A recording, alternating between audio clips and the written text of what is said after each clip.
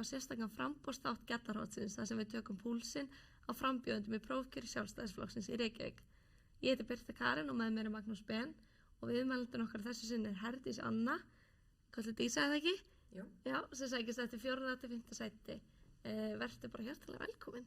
Takk fyrir að fá mig. Herru Herdís, eða Dísa, segðu okkur svolítið svona stuttlega frá þig, bara hver ertu, hver er Herdís, hvað eru verið að gera, hefur verið í starfinu, hefur verið í pólitík og svo framvegis? Já, jú, ég er 46 ára kona sem bý á Langholtsvegi við Laugardal og ég var alin upp í þessu húsi. Ég á 3 börn og þau búa öll hjá mér núna, svona þegar þau eru ekki pappa sinni sum. Þau eru 12 og 16 og 28 og þetta er æskuheimili mitt sem ég byrjaði að kaupa þegar ég var 21 árs og þá byrjaði ég að kaupa neðri hæðina og hún var valla íbúðarhæð, eiginlega ekki fókald af því að hún hafði verið iðnaðarhúsnæði og byrjaði ungar að breyta henni í 2 íbúðir og ætlaði alltaf að verða arkitekt. Ég fór í Versló, ég lærði tæknitekningu og svo var ég ástfangin í Bíkó. Þannig að í læknadeildinni, já, þegar ég var í framkvæmdum, þannig að þá gat maður ekki lært arkitektur í útlöndum, nei, á Íslandi, þá var maður að fara til útlanda. Og var þetta, ef ég mætti spyrja, var þetta starfsmaður í Bíkó eða var Nei, þetta tók mörg ár í sjálfu sér, þetta var ekki ástuð fyrstu sinni. Nei, ok. Nei, en já, af hverju fór ég að segja það?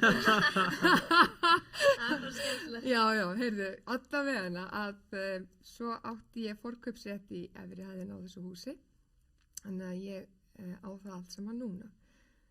Og ég lærði aldrei arkitektur sem ég ætlaði að gera því að þá var hann ekki kenndur í Íslandi. Hann var kenndur bara erlendis og ég fór bara eitthvað að búa til fleiri börn og svo leiðis og svo lærði ég alþjóðaviðskipti í HR og tók diplómagráðu því og svo fór ég beint í MBA-námið þar og svo hef ég verið að læra jógakennaran sem er svolítið hvað segja þér flugfreyjutur fertugukonunnar sem ekki klísi á Íslandi. Mjög vel orðað. Mjög vel, ég er ekki þannig náður. Nei, það ekki. Þetta er svolítið svona, en þú veist, ég hef aldrei verið flugfreyja þannig ég varð að verða jógakennari. Nei. Það er annað hvort, sko. En ég er aftur á móti, talandi um flug, þá er ég formaður flugnefndar hjá Samtökum ferðaþjónustunnar. Já. Ég er held ég eina konan sem hefur verið í ábyrgðarstöðu samgöngustofu sem að þegar ég var að reka þyrluþjónustu. Ég stofnaði að reka þyrluþjónustu. Ok, wow. Já, frá 2012 þangað til að við seldum 2016-17. Já. Nú er svona aldrei svo mikið að gera í þyrluþjónustu, eins og eldgosið. Já, þetta er ótrúlega sérstakur business. Þetta er svona, reynda að búa til áætlun eða, þú veist, ákveða hvernig þú ætlar að fljúga eða hvernig þú ætlar að markasetja þig vegna þess að þú veist, þú ert kannski búin að hæpa fyrirtækið upp og allt er í gangi og allt tilbúið og þá bara rignir, þú veist, og er bara þoka í 2 mánuði heilt sumar og þá það er bara, þetta er veðurháðasti bransi í heimi, þú þarft að vera alveg einstaklega sveigjanlegur og mikla aðlunarhæfileika til þess að, þú veist, svo er allt búið að vera dautt náttúrulega COVID og svo bara allt í einu bara, þú veist, er svo brjáluð eftirspurn og það er ég veit að það eru biðlistar hjá þeim 2-3 vikur fram í tíman hjá öllum félögunum og sum voru með þyrlunar erlendis og þannig að, já. En sem er aðeins Herdís, hefur eitthvað verið í flokkstarfinu eða hefur tekið þátt í pólitík áður? Já, ég var þingkona. Já. Ég fór meira svo þing. Já. 2019. Ok. Já, vissið það ekki? Jú, svo var þingmaður, en hvernig tókstu sæti á þing? Ég fór fyrir Guðlaug Þór. Já. Og bara takk fyrir það, Guðlaug Þór. Þetta var alveg frábært og svo gaman. Þess vegna eiginlega bara varði ég að fara aftur núna, þó að það væri alveg fullt öðruvísi í gangi mínu lífi akkurat núna, eins og kannski fólk hefur sumt hvert tekið eftir. En já, ég fór lok nóvember 2019 og talaði mitt hugðarefni, sem er umhverfismál, kolefnislosun, í stóra samhenginu. Því að ég er alltaf að horfa á svona ábyrga nýtingu auðlinda. En já, flokkstarfið spurður, já, það var einmitt út af því að ég hef verið skráð í flokkinn heldur frá 15. fór að byrja að vinna í prófkjöri fyrir einhvern sem var í prófkjöri, þú er ekki vá, ég trú ekki, ég mun ekki hver það var en allavega, já, og mamma mín hún var náttúrulega í borgarmálunum. Já, Hvað heitir mamma þín? Anna K. Jónsdóttir. Já. Var í borgarstjórn. Hún var í borgarstjóri, já, þegar að Davíð var borgarstjóri. Já. Og hún var, bara mjög öflug og lyfjafræðingur og þannig ég var ofta að hjálpa henni í svona baráttum þegar hún var í prófkjörum og svo kom ég ekkert mikið nálægt pólitík í svolítinn tíma en ég hef alltaf verið mjög pólitísk og svo fór amma mín að gefa út heimildamynd gróðureyðingu sem heitir Fjallskonan hrópar á vægð og ég fór að hjálpa henni að vekja athygli á þessari heimildamynd og fara með henni í viðtöl hér og þar og hún var þarna 85 ára þegar hún seldi brúðkaupsgjöfina sína svo mjög verðmætt málverk og fór búið til þessa heimildamynd. Já, sér. En hún var mjög framsýn kona og ég hugsaði já, amma, if you can't beat them, join them. Svo ég fór að taka þátt í umhverfis- og samgöngunefnd Sjálfstæðisflokksins og fer svo inn á landsfund 2013 með þá einmitt tillögu að lausaganga verði undantekning en það var ekkert sérstaklega vel tilfundi eða það fór ekkert sérstaklega vel niður í ákveðin armflokksins.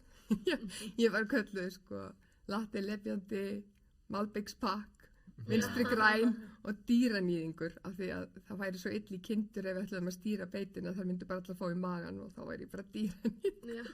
Þetta var svo gaman og fyrst, ég veit að fólki fyrst í klikku að finnst þetta gaman. Mér fannst bara gaman að hafa áhrif. Og bara þú veist, þá var unga fólkið einmitt svo rosalega virt á þessum landsfundi voru að keyra í gegn svo flottar breytingar og voru að hræra svo mikið í hlutunum og það var bara, ég sagði, já, heyrðu, ég fann mig þarna. Þannig að næsta prófkjör fyrir borgarstjórnarkosningar þá fór ég í prófkjör og var í borgarmálunum í síðasta kjörtímabili og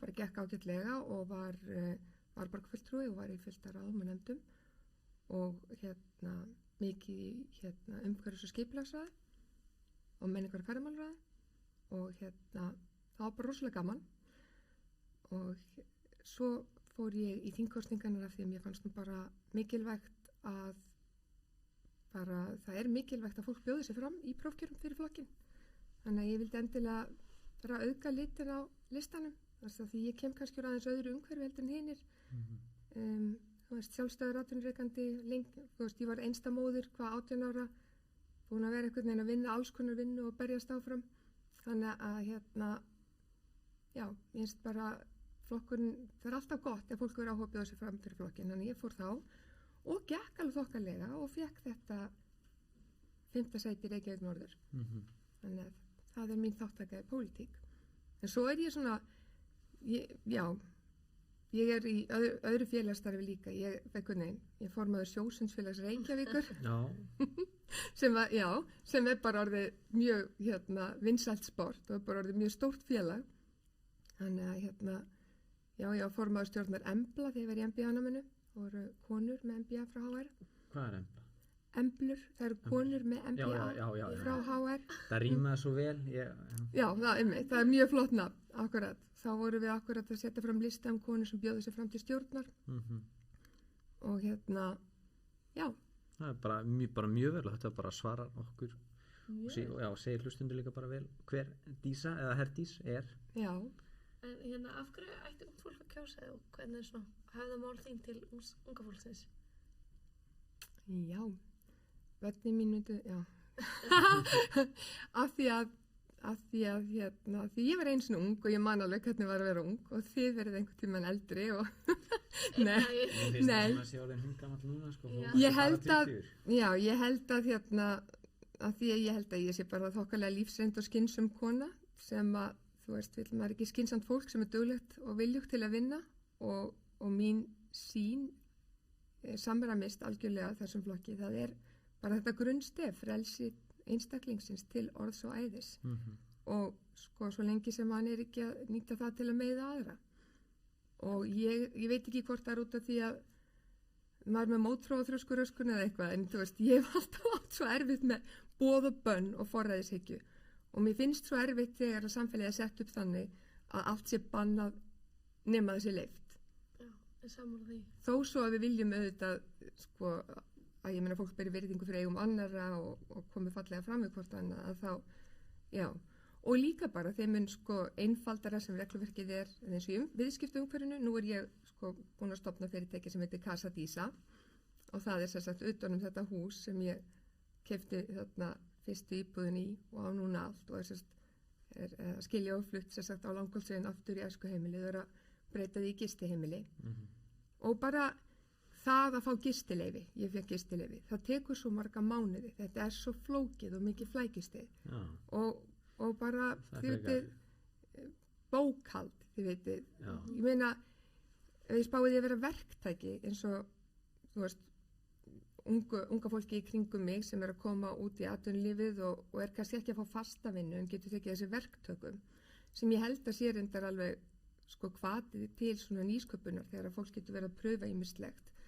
en ef þú ert komin upp fyrir 2 milljónir þá ertu komin í virðisaukaskattsskyldu umhverfi og þá er þetta orðið svo erfitt og við viljum einhvern veginn ekki letja þetta framtak með því að búa bara til kvíða, þið veit, það fólk bara liggi í rúminu bara og þið megi ekki tala við skattin og í staðis að það sé að framkvæma, já, þannig við þurfum að hafa þetta eins skýrt og þú veist, skatta, einfalda, lága til þess að hvetja til nýsköpunar og hjálpa til við litlu fyrirtækin. Já, það er náttúrulega litlu fyrirtækin eiga undir svolítið höggja að segja og það er svolítið mikið að sköttum og svona í þingjandi efnum á þau og alveg samlega þar að það þurfa að fara að skoða það betur. Já. Og ég meina að það er ekkert búið að fara neitt illa með litlu fyrirtækin í COVID. Ég vil alveg sko þakka ríkisstjórninni fyrir að hafa verið vakandi með sínar aðgerðir. Þannig að við erum kannski í starthólum og tilbúin núna þegar að, þú veist, maður sér bara sko fyrirspurnunar þar hrynja inn núna fyrir júlí. Þannig að, og ágúst og bara september og þetta er bara... Það er bara stað. Já, maður finnur það og þá er ég ennþá lifandi og tilbúin og vonandi fullt af öðrum og þú veist, leiðsögumennir okkar ennþá tilbúinir til þess að rjúkast að taka móti þessu fólki og já. Þetta er, já. Ég það að segja, þú nefndir líka þessu umhverfismálin þarna í byrjun á brenni fyrir þeim, það er líka eitthvað svona sem oft á miklu samleið með okkur unga fólkinu og við viljum, þannig að ég er svona kannski hveti fólki meira til að spjalla umhverfismál. Það var mjög ánægilegt að það sé svona þér ofarlega á hjarta. Já, það var ástæðan fyrir ég fór á stað og það var það sem að ræða mín snýrist á Alþingi, þannig að ég hef alltaf verið trú því stefi og svo er þetta líka valfrelsið. Ég skrifaði núna grein daginn heilbrigðismál til dæmis. Ég finnst mjög mikilvægt að við höfum valfrelsi í heilbrigðis- og menntamálum og það er rosalega erfitt auðvitað þegar þú ert með 300 og eitthvað svona þjóð og miðju ballarhafi að reyna að vera með svo mikið af valmöguleikum og þeir standa allir undir sér. En það er svo mikilvægt til þess að veita aðhald, þið veitir. Og þú veist, þegar þú ert að mennta börnin þín, ef að ykkur tættur í hug þegar að þið ferð að búa til börn, ég veit ekki hvort þið er búin að ykkur langi til þess að vera með eitthvað öðruvísi leikskóla umhverfi og ykkur langar að skapa eitthvað annað eða eitthvað nýtt.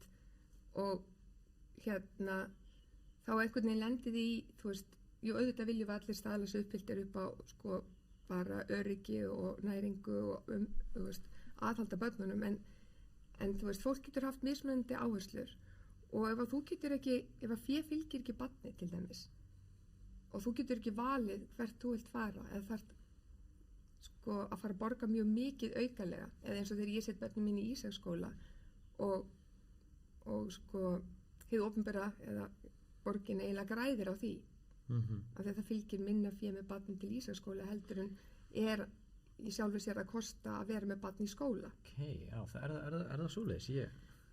Já, það er aldrei, það er svo reynd að fer eftir í hvernig þú reiknar hlutin út, en ég meina að þú tala við skólastjórn í Ísaksskóla, þá myndi hún segja já, þú veist, ég held að, já, og þá, þú veist, já, við viljum einhvern veginn bara stuðla að allir í þessari nýsköpun, við viljum stuðla að því að fólk hafi svolítið frelsi til að móta umhverfið og gera hlutina á mismunandi vegu og til þess að það sé hægt, þá verður að þú veist, þá má ekki verða þessi misskiptinga bara þeir sem hefur fullt af peningum geti tekið þátt í heldur og geti tekið féð með þér og ef þú vilt bæta ykkur við þá þá verður það að fá að vera þitt val, að það sé þín forgangsröðin í lífinu, að þú ætlar að leggja ekstra mikið á þig til þess að barnið geti stundað eitthvað ákveðið tegund af sporti eða til þess að barnið fái einhverja öðruvísi menntun eða einhverja ákveðina tegund af heilbrigðisþjónustu, að þú vilt leggja áherslu á eitthvað sem kannski fellir ekki alveg undir hattins opinbera. Nú ertu rauninni búin að svara eiginlega þriðju spurningunni. Hver er þín baráttumál? Já, ok, bara í samtalinu. Já, þetta er bara frábært. En ég vildi líka, svolítið að því varst að tala með þetta með að það sé ekki eitthvað svona misskipting að þau sem eiga ekstra mikið pening geti sendt börnin sín í hvaða skóla sem eins og kannski meira í Bandaríkjunum. Það er ekki endilega kannski fyrirmyndin. Heldur meira bara einmitt að fylgja barni og þú getur bara fengið að velja. Og svo eða hverju skóla eða eitthvað, þú veist. Og þú getur einhvern veginn aldrei komið í veg fyrir misskiptingu, þú getur bara minkað það nefnitt með því að auka frelsið, ég held það, og vera með minna íþyngjandi umhverfi. Og ég meina, mér er mjög hugleikið þetta leghálsmál núna og þá fyrir maður að skoða heilbrigðisþjónustuna og þú veist, já, ef þú ert ekki með samkeppni í heilbrigðisþjónustu á Íslandi, þá ertu bara að búa til umhverfi þar sem þeir sem er mikið pening geta þá bara, þú veist, farið á Mayo Clinic og fengi bara toppþjónustu þar, skilurðu. Það verður alltaf misskipting, það er alltaf þannig að einhverju geta veitt sem meir en aðrir, en við viljum einmitt frekar stuðla því að valfrelsið sé þá á þessu litla landi okkar hér og þú þurfir ekki að fara svona langt og kosta svona miklu til ef þið langar í annan valkost. Og það er til dæmis engin valkostur annað núna heldur en að bíða fyrir allar þar konur sem eru að bíða eftir niðurstöðu úr þessari leghálsskimun. Sem er alltaf bara alveg hræðilegt. Já, sem er ekki gott og mér finnst svolítið af því við erum búin að standa okkur svo vel í COVID og erum einmitt að passa svo vel upp á alla þar og ná að taka utan alla, þá skil ég ekki okkur við erum að lenda í þessum leka þarna, að mér einhvern veginn sýni séu bara það sé ekki hægt að staðfesta hvar þeir eru stödd og fólk sé að bíða eða konur sé að bíða í 6 mánuði sem getur bara verið stór hættulegt en þannig erum við alltaf bara kannski að fórna lífum. Akkurat. Og líka því hún nefnir þetta COVID, það er svolítið eitthvað sem ég pælt mikið í núna í COVID er að við höfum staðið okkur svo vel út af því að við höfum öflugt heilbrigðiskerfi og svo líka við höfum ekki staðið okkur svo vel að verka fyrir íslenska erfðagreiningu sem er bara einhver fyrirtæki. Já. Og mér finnst það alveg bara COVID bara frábæð birtingum með þess hvernig við eigum að hleypa einhverjumtökinu að. Já, og þegar við eigum svona öflugt fyrirtæki eins og íslenska erfðagreiningu sem getur boðið upp á allt það sem þeir hafa getað boðið okkur upp á, þá skilum maður ekki okkur getum við ekki rannsakað leghálsinn á Íslandi. Okkur þurfum við að missa alla þessa atvinnu úr landi og af hverju getum við ekki alls verið að fá send sýni til Íslands, ættum við ekki að hafa metnað til þess að byggja það upp frekar. Maður myndi nú halda það, sko. Já, og þá komum við náttúrulega einu sem ég hef líka oft talað sem er þetta alþjóðasamfélag. Því við viljum vera náttúrulega svolítið alþjóðlegt, opið samfélag, en partur af nýsköpun er alþjóðlegt samtal og vera tengdur við umheiminn og þú skoðar það að þá hvað er það sem ætti að laða fólk erlendis frá hingað, erlend vinnuafl sem væri þá sérfræðingar og fólk sem kemur með kunnátt og þekkingu til landsins. Ég flutti einu sinni til Bangkok með dætur mínar og ef ég hefði þurft að setja þær í tælanskan skóla síminn, ef ég hefði þurft að setja þær í tælanskan skóla þá hefði ég ekki getað boðið upp á að missa af skólaárum hér til þess að vera að tala eða læra á tælensku, skiljið. Þannig ég gat boðið upp á vottaðan erlendan skóla þar sem að menntunin var svo sannlega á pari við það sem gerist alls staðar í heiminum og þær græddu á því að fara í 1 ár frá Íslandi og vera í skóla í Bangkok, skiljið. Þær komu heim bara fróðari og ekki aftur úr í námi nema mögulega í íslensku. En við höfum ekki alveg verið að stuðla nógu mikið að það sé til menntun fyrir alla aldurshópa þannig að fólk getur hugsað að koma hingað. Ég meina, þú veist kannski ekki koma til Íslands og láta börnin læra á íslensku, skiljiði, í 2 ára eða eitthvað. Fattið eitthvað við? Nei, fattið alveg bara mjög vel. Þannig þá ætlum við að fara í smá svona hraðaspurningar til að fá að kynnast aðeins betur. Bara létt og... Til að fá vassopáðinni fyrir það? Já, endilega. Þannig, fyrsta spurningum, bara með hvað liði heldur á Íslandi? Í fótbolta, handbolta eða heimleikum eða eitthvað? Ármann í körfubolta. Mannakörubolta. Mjög Hvað er flott. fyrsta sem þú gerir þegar þú vaknar á mótnana? Vá, ég veit það ekki. Ég er rosalega lítið rútinur mannskja. Ég tek lýsi. Lýsi flott. Lýsispillu. Það er mjög góð vani. Í hvað menntaskóla varstu? Vestló. Er reyndar, já. Og svo þurfti ég að taka auka áfanga svona hér og þar. Hér og þar, já. Mm. En Ég verslingur eignaðist þessa- upplægi. Já, ég eignaðist þess barn í Vestló með strák úr MR. Það var MR Vaffi barn. Það var rosalegt, sko. Það er eitthvað. En hérna, hver er þið drauma ríkisstjórnin? Drauma ríkisstjórnin mín. Það er bara ríkisstjórn með sjálfstæðsflokknum og góðu fólki með sem er til í að sko, fylgja okkar stefnu sem mest, ég segi. Mjög Sem flott. mjög gott þar. En svo erum við aðtöku hvort að fólk geti toppa formann okkar. En hvað tekur í bekk? Tekið í bekk. Já, brekkpressu. Formaður hvers? Sjálfstæðisflokksins, hann Já. tók 120 kíló í bekk daginn. Bjarni? Já. Þvílíka maskína. Já, en sáuð þið mig í sætleg stretch upp á Hvannadalshnjúk? Nei, Nei, ég ætla bara að skora á hann Já. í þá stöðu upp á fjalli. Ég, í bekk, ég veit það ekki, en ég get stað á höndum. Ok, það Já, er eitthvað, það það var- getur verið góð í bekkur. Það er bara til. Ég var til að sjá Bjarna á Hvannadalshnjúkum mitt í þessu stöðu. Já, ég veit ekki hvort ég sagði það verið sér rétt, en já, einmitt. En Herdís, bara takk hérna fyrir komuna. Við ætlum að minna hlustundur á að prófkjöri er 4. til 5. júní og er kosið á fjölmörgum stöðum í Reykjavík.